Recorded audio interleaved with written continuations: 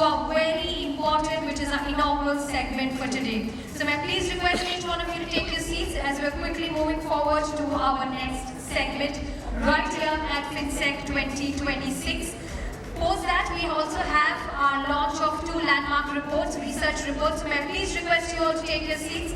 Stay glued to your seats as we are moving forward to our next segment for today.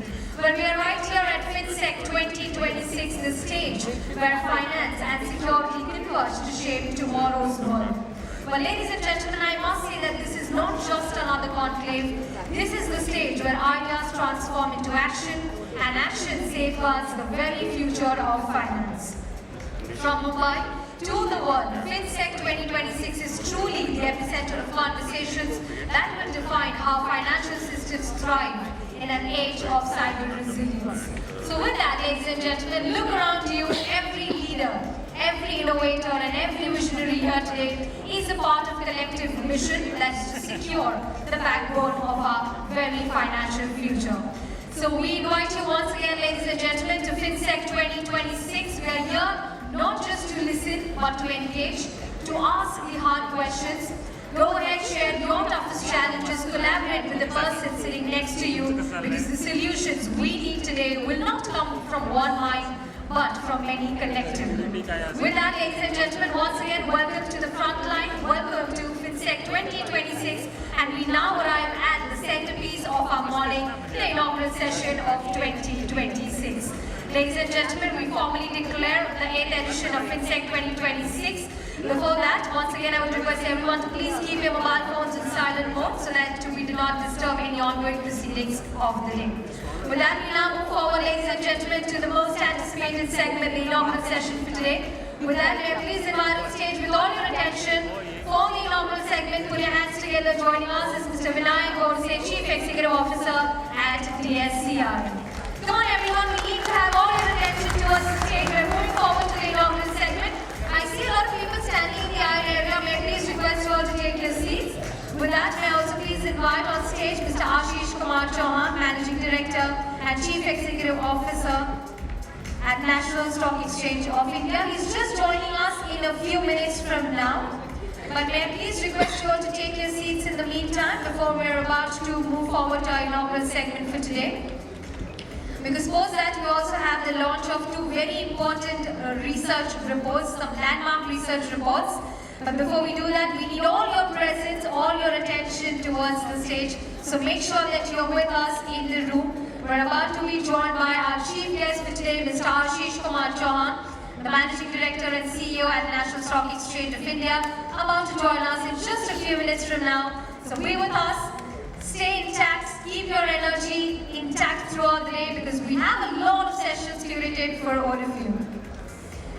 Also, having said that, ladies and gentlemen, as we are going with the proceedings of the day, make sure that you share your key updates onto your social media handles as well with the hashtag FINSEC 2026. And in case if you do that, do not forget to tag us at DSCR because that is where our online community is also waiting to know of all the action that's happening right here at FINSEC 2026.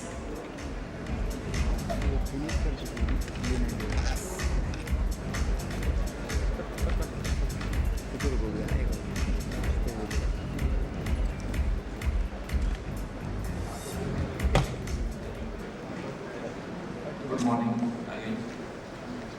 We started the conversation in the morning talking about the trajectory of the technology, especially the AI, and entire these 2 days will flow around in the context of financial sector, right? So the financial industry, especially way it works, because there are 3 types of the industry.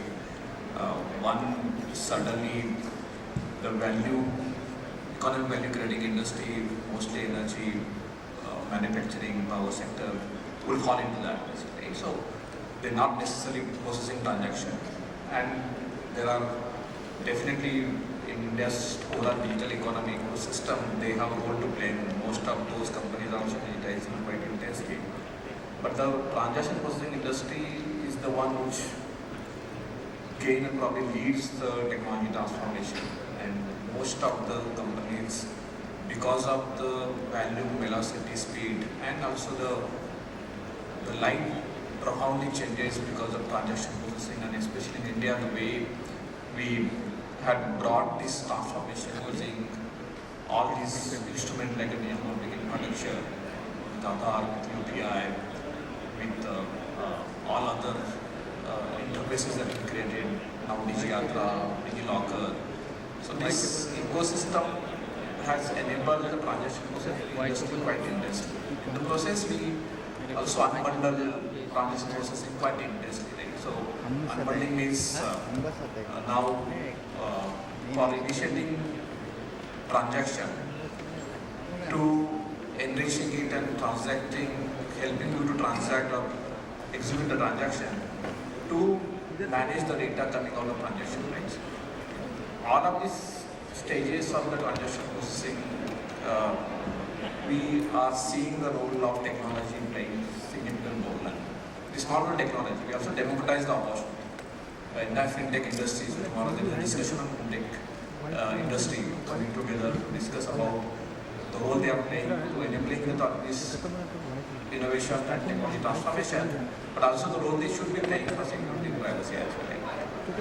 So this unbundling has created opportunity, but it also raised a lot of challenges, right? And there is a discussion of security, privacy on the governance, now ethics and trust, and this is very important elements which came in this domain that we have been working. So what are those basically? Right? So until now security, privacy, but now trust is becoming very important. Ethics is becoming very important. Right? So trust and ethics, until now we didn't really talk about trust and ethics in the context of the work that we do.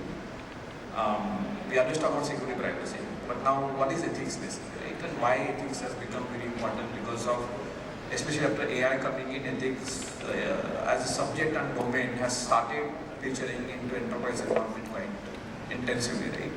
So there is a dwelling required to understand these concepts in the context of the transformation that we are seeing in AI, especially, and AI has a big potential. When we use AI in the organization environment, there's one challenge, one set of challenge, but then AI is being used by everybody is a big challenge, because now attack is so democratized. With a simple $20, as we talked about, per month license, you can launch significant kind of attack, right? So democratization of the attack capability itself is becoming so intense and so easy.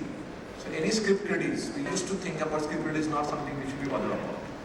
And if you are carefully looked at the mythos, talks about vulnerability chaining. I'm not sure whether you had looked at. So vulnerability chaining is, until now, we use this risk assessment and this quantification as a way and method to prioritize the actions that we have, right? And this always tell us that any low priority risk is something that we should take care of. We should probably accept those risks. But vulnerability chaining has taken the discussion to the different level. So multiple low risk vulnerability can be chained together to carry out the big attack, right? This has now alerted a lot of security leaders across the segment basically, right? So the ramification of something, and this asymmetry that we know, that there is small thing which will create big ramification, and multiple small things can create a bigger ramification basically, right? And AI way it has come. So getting hold of that one small thing is so easy now. So script release can, with some motivation, with $20 per month kind of a cost, and sometimes if you are a little bit capability, you just download the open source kind of models and start using it to attack it. And that is more, until now we have been worried about AI coming to our enterprises, so it's definitely one important discussion, but AI in the hand of attacker ecosystem, and that is democratizing it in such a way that the script release can become a very significant attack vector right now. So one hand we have to look at that, and other hand we have to look at the larger, bigger, specific problem that may happen, right?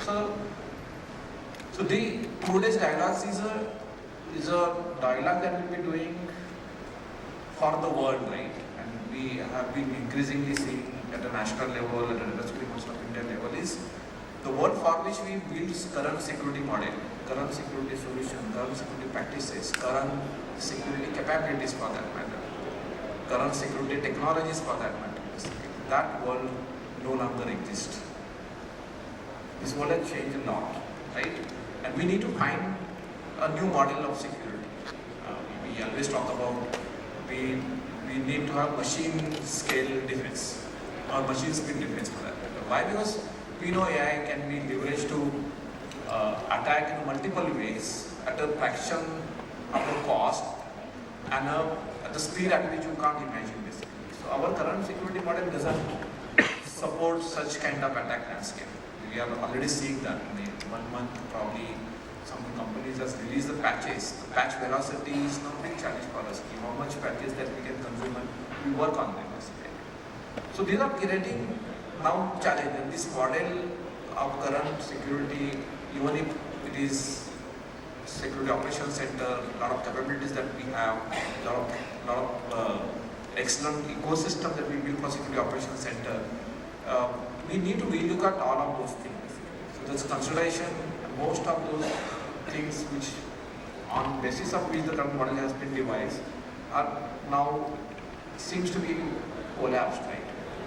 And so these 2 days of discussion about this financial security concept would be the discussion about how we deliberate on understanding this better. In the morning I started with, some of you were there, with what is coming in AI.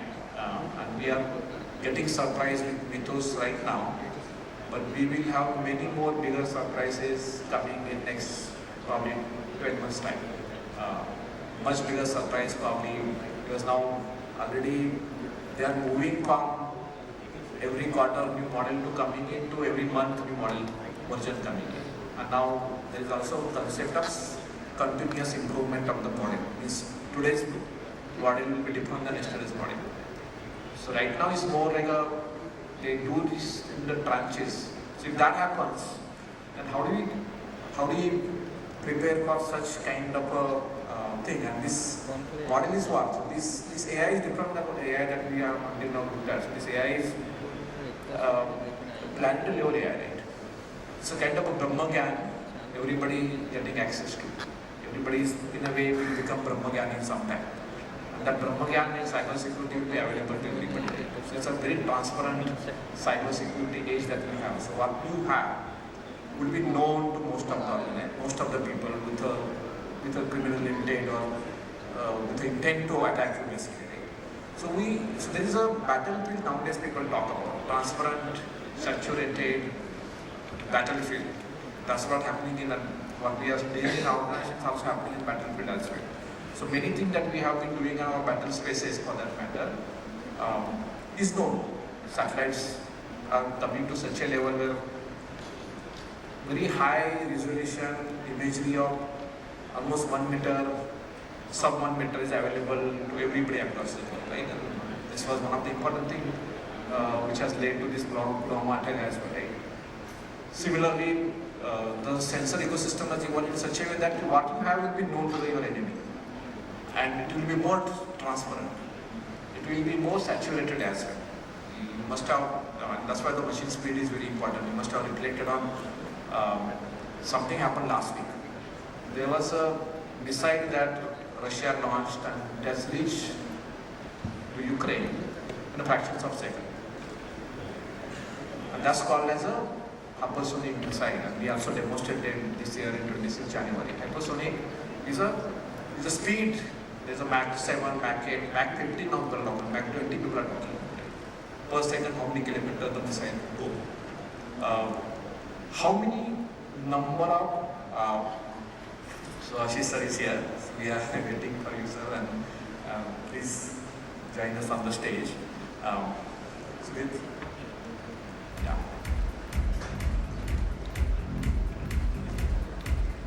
Yeah, over to you. Yeah. Thank you so very much, Mr. Vinayak, for that very thought-provoking address. And with that, ladies and gentlemen, we are now joined by our chief guest for today right here at FINSEC 2026, Mr. Ashish Kumar Chauhan, Managing Director and Chief Executive Officer at National Stock Exchange of India. Well, ladies and gentlemen, the one who truly has been the key architect of India's modern capital markets. An alumnus of IIT Bombay and IIM Calcutta, he was a part of NSE's founding team and played a pioneering role in introducing screen-based trading, mobile trading, derivatives, SME platforms, and the Nifty index in India. Well, widely recognized as the father of modern financial derivatives in the country, he previously served as the Managing Director and CEO of BSE for a decade. Not just that, ladies and gentlemen, he currently serves on the boards of DSCI along with other several prestigious institutions, including the UGC IIM Calcutta, and is also the Chancellor of University of Allahabad. Ladies and gentlemen, with distinguished honor, let's give a big round of applause one more time for our chief guest for today, Mr. Ashish Kumar Chauhan, Managing Director and CEO of National Stock Exchange of India. So we're truly honored to have you here, and our audience, I'm sure, are delighted to welcome you. So over to you for your thoughtful address.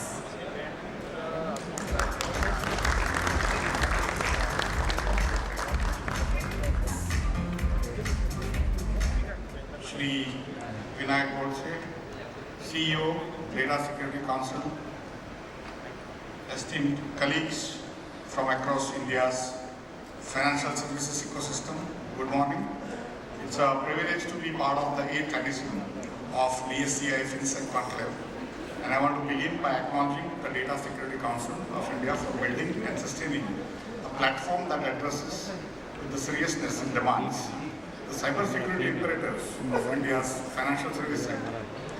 Theme of this edition, strengthening the cyber defenses for the country's critical financial infrastructure amidst uncertainties, is not a reactive response to current conditions. It is a forward-looking call to action, and the deliberations over the next 2 days are well placed to answer it. Understanding why that call is so urgent requires us to consider the environment in which India's financial infrastructure must now operate.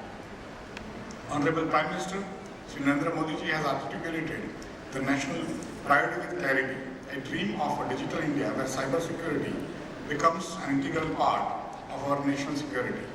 That is not merely an aspiration, it is a recognition that the security of our digital infrastructure is inseparable from the security of our economy, our institutions, and our citizens. India's digital transformation has been remarkable in scale. Internet connections in the countries have passed 100 crore mark in June 25. The unified payments interface crossed 24,000 crore plus transactions in financial year 26, valued at 314 lakh crore. This expansion has created extraordinary economic value. It has also, in equal measure, widened the attack surface for cyber threats. Cybersecurity incidents in India rose from 10.3 lakh in 2022 to now 22.7 lakhs in 2024. The trajectory is clear and demands a proportionate institutional response. The global environment compounded this urgency. Conflict in the Middle East has disrupted energy markets, introduced volatility into global capital flows, making financial market infrastructure simultaneously more critical and more exposed. The question is not whether cyber threats will test our financial system, but whether our defenses are calibrated to meet the test. At the center of India's cyber defense architecture is the Indian Computer Emergency Response Team, CERT-team. In 25 alone, CERT-team handled over 29 lakh plus cyber incidents, issued 1530 alerts, and conducted 120 plus cybersecurity drills and exercises with participations from 1,570 organizations across government and private sectors. It has empaneled 231 certified cybersecurity organizations with a significant share of audit concentrated in the banking and financial services sector. The Digital Threat Report 2024 for the BFSI sector, published in April 25, reflects CERT-team's focused attention on the specific vulnerabilities facing financial services firms.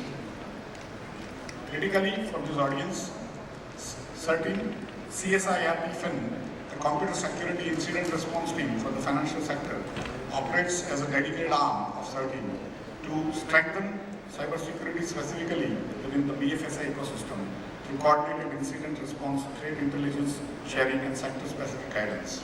The Citizen Financial Cyber Fraud Reporting and Management System has enabled financial institutions to save 5.5 thousand crore across 17.8 lakh companies. These are not abstract institutional achievements. They represent real capital protected, real household safeguard, and real confidence preserved in India's financial system. It is against this backdrop that let me come to the reality. When I started working in this field in 1992, entire IT could be talked about by a few people, and most of us knew that literally everything.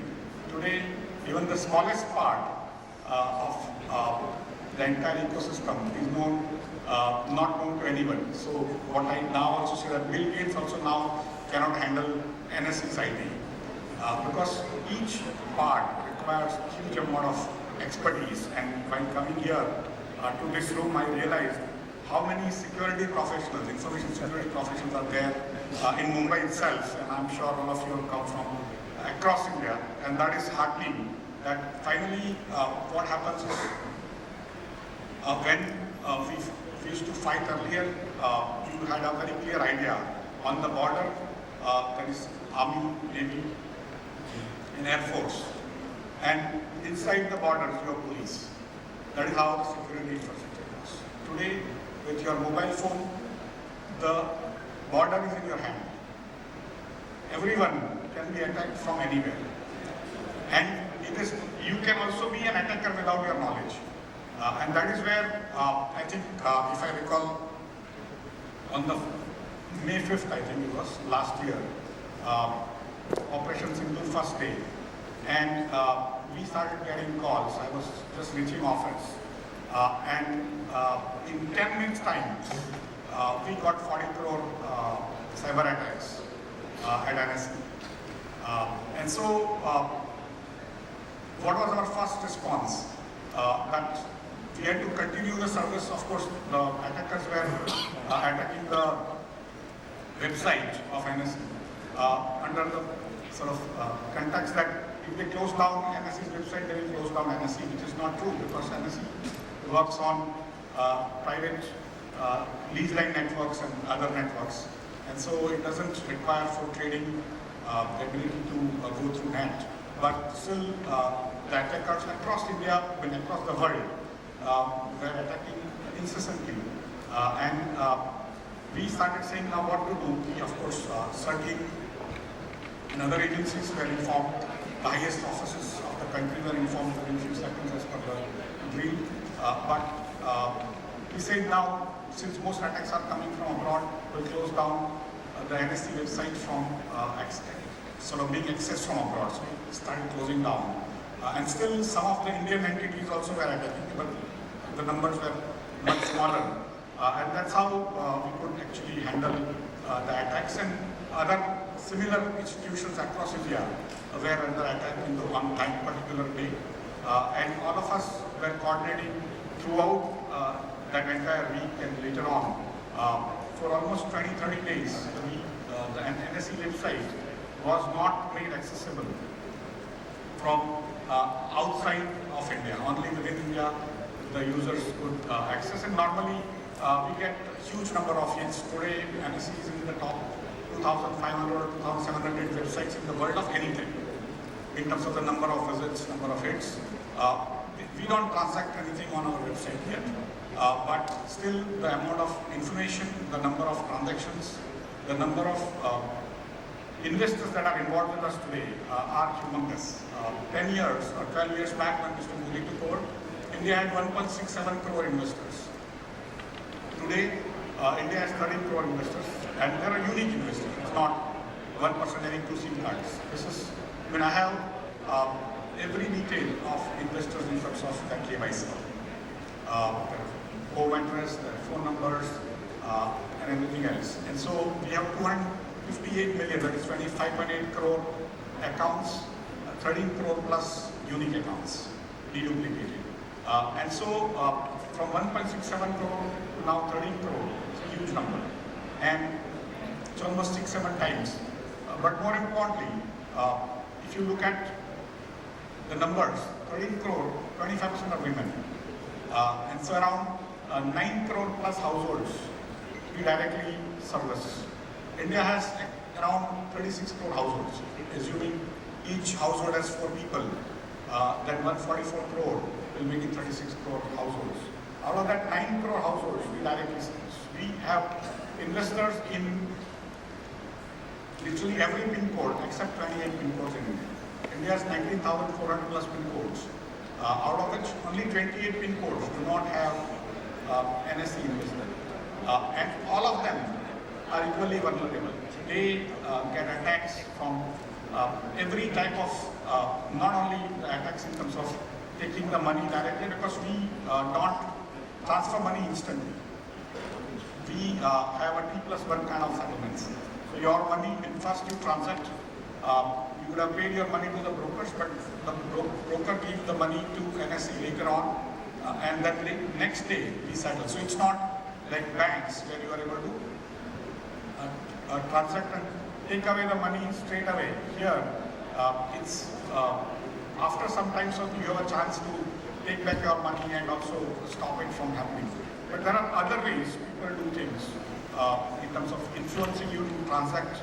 Recently, there was a case where one broker's employee in Taliban's with other people made transactions which made the broker lose huge amounts in derivatives trade, and the broker had to go to police and stop the payouts on the next day and things like that. And then slowly they were released because there are too many people on the other side. Because once you have 13 crore people on a good day, we get around 2,200 crore orders in 6 hours. Comparatively, in entire month 24/7, UPI gets 2,200 crore orders in a month. Our response time is in nanoseconds. Yesterday, somebody had called me saying, "Hey, you started nanosecond response time and you do not mark it. Where do you see that?" And so I sent in the NSE's website response time we proudly publish.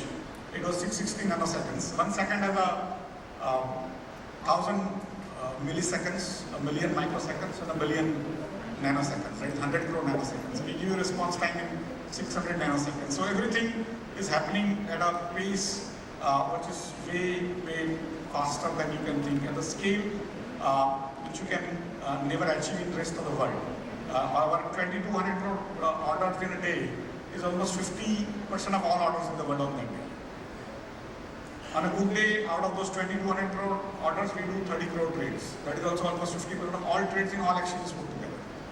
And so, of course, India doesn't have that type of per capita income, so we don't have the value traded that is higher.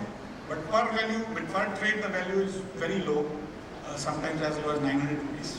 But too many people, too many transactions, and literally on a 2,200 crore orders, every Indian is sending literally 15 orders a day, which is not true because most of the orders are coming from the servers which are co-located with us. And we need to worry about the security and the co-location facilities that they don't get hacked or they don't end up attacking us in terms of denial of service. We need to worry about the retail orders coming from all sorts of brokers across India. We have around 1,300 plus brokers, but again one of the largest in terms of the number of brokers in the world. And so this statistics tell you that somewhere on the line we are at the forefront of how India develops its cyber security ecosystem. I would invite all of you, especially Gorsechi, to take out some people once in a while to come visit NSE, check out how we work in cyber security. Our CISO is also here, Rajesh Thapar. So somewhere on the line, using DSCI's good offices, some of you may want to come see how we think about the architecture of cyber security, how we execute layers of defense, and also create compensatory frameworks And naturally it costs a lot of money.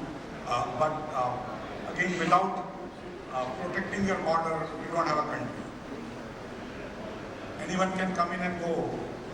You will not have a country at all. You will not have a society. And similarly, cyber security, if you don't have, again, you will not have any financial activities nor even commercial activities going on now onwards. So we need to be acutely aware and extremely cautious that it may cost money, and some of this cyber security solutions are also from within India. We of course take the best of breed, but also we promote the local entities for providing us the even experimental solutions so that they become more confident. We also try to ensure that local industry also develops here, and I can see so many stalls here of various companies selling their wares. So I'm delighted that we are now becoming a very large ecosystem, although again not very rich. So some of that we'll have to learn to do it ourselves. The last part is the new two frameworks which are coming. One is the trade through artificial intelligence, the other is trade through the quantum computing. And both for me are existential in many ways, because today, in the last 30-35 years, I have been in this business of literally IT. I was also head of the IT for Reliance Group for 10 years. And so for 30-35 years, we have been working on OS which are bought from somewhere, or even open source operating systems which are taken, assuming that very few bugs will be there, and if bugs are there, we will have the patches coming up and things like that. And then we will have sort of training and other things. If we take databases, again, we will be able to do things with that. We will have support, and we will have time to react. Today, with AI, not only that it will be able to, and I think even for the attackers, in terms of attacking things which were not so standard, like many of our systems are not available in public domain, because we develop our systems, we maintain them, and so it's not easy for a standard attacker to invest so much money into attacking us from outside. Whereas a largely operating system or a database or an RDBMS or whatever, they will be able to actually, once they invest in that, they will be able to hack in many places. Whereas in our systems that was not true. But now with AI, it's basically marginal cost of attacking even the smallest situation or smallest company or smallest software, one of its time or one of its kind or one of its kind hardware, is now very easy because the marginal cost is close to zero, and it's done by the machines. And of course, once they find that vulnerability, they will be able to also create attack instantly.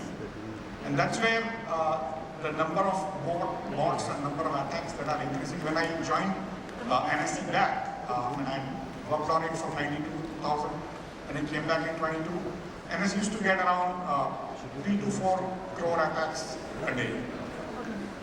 On a difficult day like Operation Sindoor, it's a different case. But on a day it was like 3 to 4 crores. The bots were just starting up. Today, on a typical day, we'll get 20-30 crore attacks.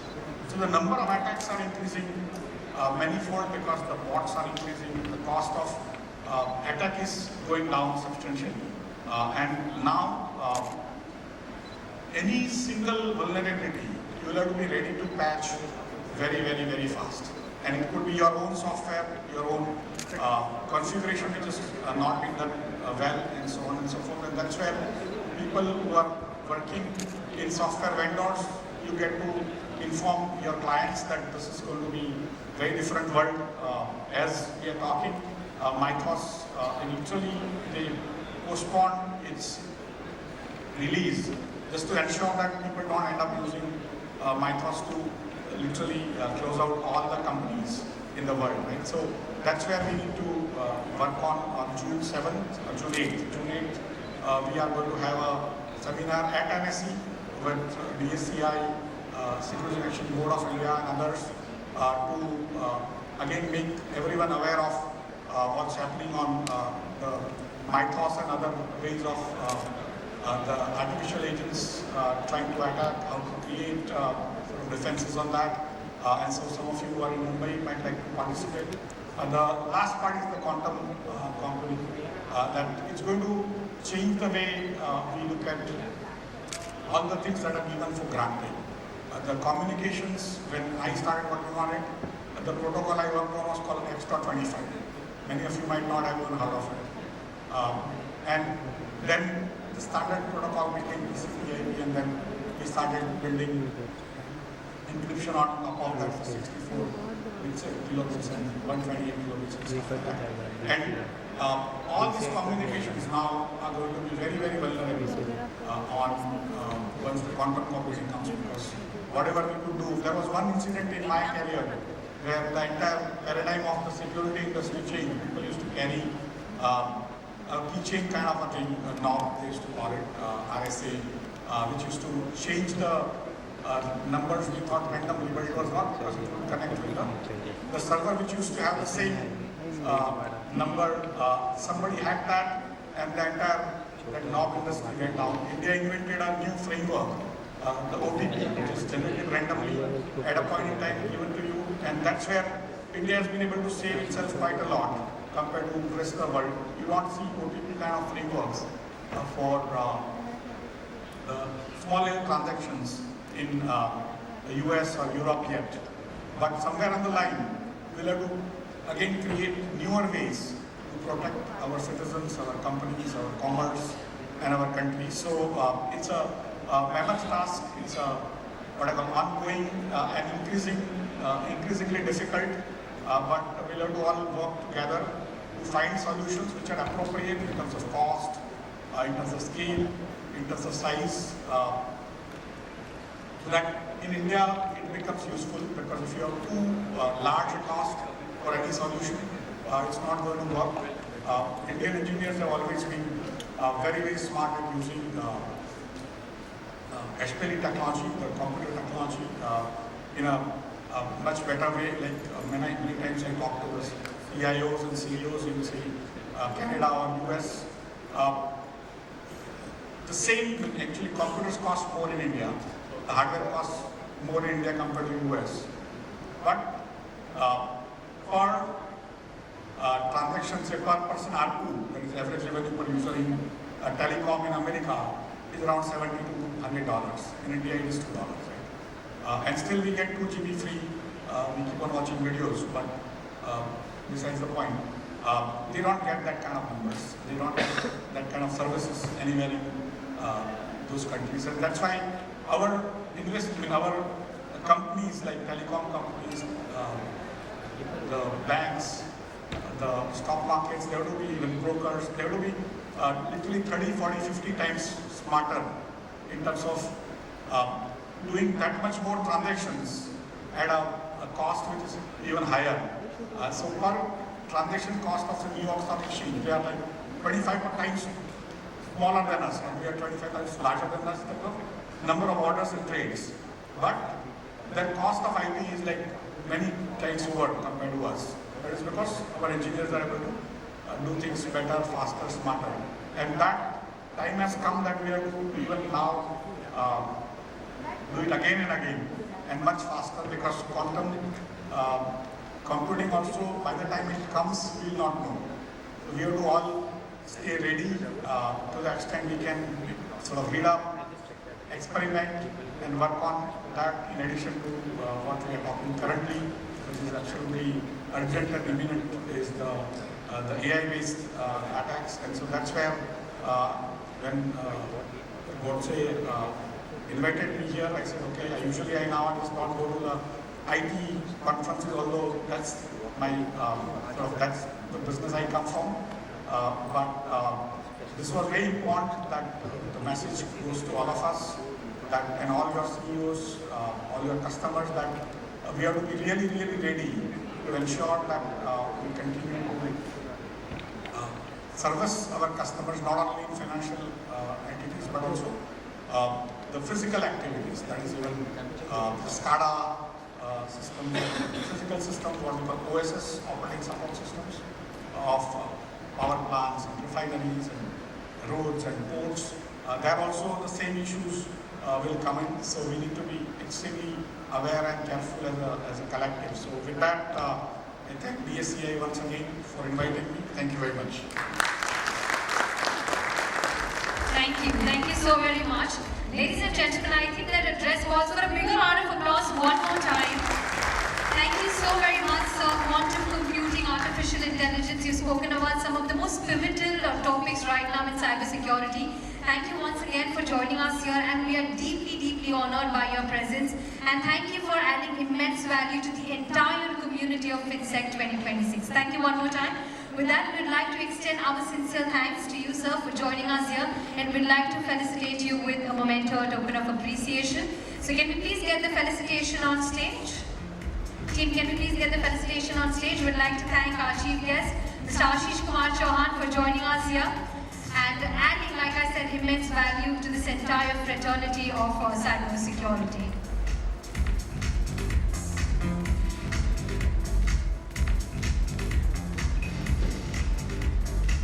You can take the center stage, and once again, ladies and gentlemen, that calls for a big round of applause. Thank you so very much.